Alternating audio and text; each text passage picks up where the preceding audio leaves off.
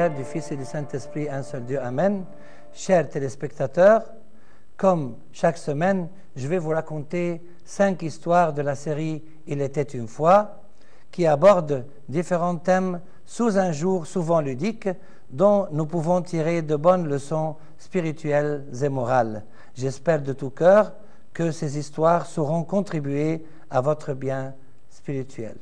L'histoire de la belle-mère d'Adam.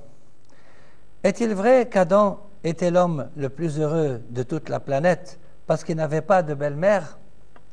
En réalité, ceci est faux, car dans la Bible, on trouve un exemple d'une belle-mère sage qui entretient de bonnes relations avec sa belle-fille, comme dans l'histoire de Noémie et Ruth.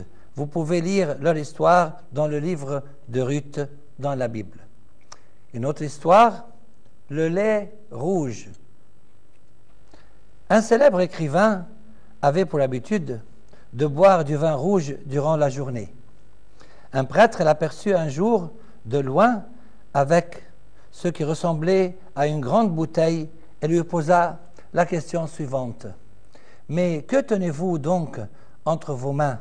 L'écrivain répondit « Mon père, c'est du lait. » Le prêtre lui dit « Cela me semble bien curieux, car d'ordinaire, le lait est blanc, tandis que le liquide contenu dans cette bouteille est rouge. » L'écrivain répliqua « Vous avez raison, mon père. En fait, lorsque ce lait vous a vu, il en a rougi de timidité. » Une nouvelle histoire, faire d'une pierre 2 coups.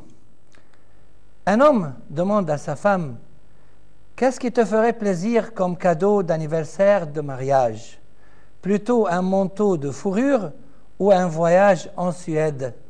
Sa femme lui répond « Partons en Suède, car j'ai entendu dire que les manteaux de fourrure y sont bien moins chers qu'ici. » Une autre histoire, les têtes vides. Un enfant sort se promener avec son père durant la saison de la récolte des blés. Il aperçoit des gerbes de blé dont la tête est inclinée et immobile.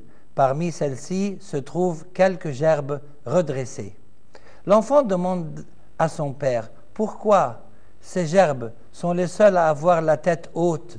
Son père lui répond « Mon fils, les gerbes dont la tête est inclinée sont celles qui sont pleines de blé. C'est pour cela qu'elles s'inclinent à cause de leur poids. Quant aux gerbes qui sont redressées, c'est qu'elles ont la tête vide, comme la plupart des gens qui s'attachent aux choses superficielles. » Une autre histoire.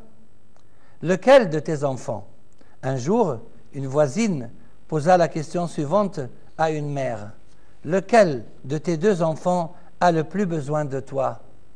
La mère répondit, ce qui suit, le petit jusqu'à ce qu'il grandisse et celui qui est malade jusqu'à qu'il guérisse.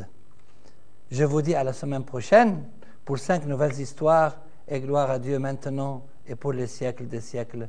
Amen.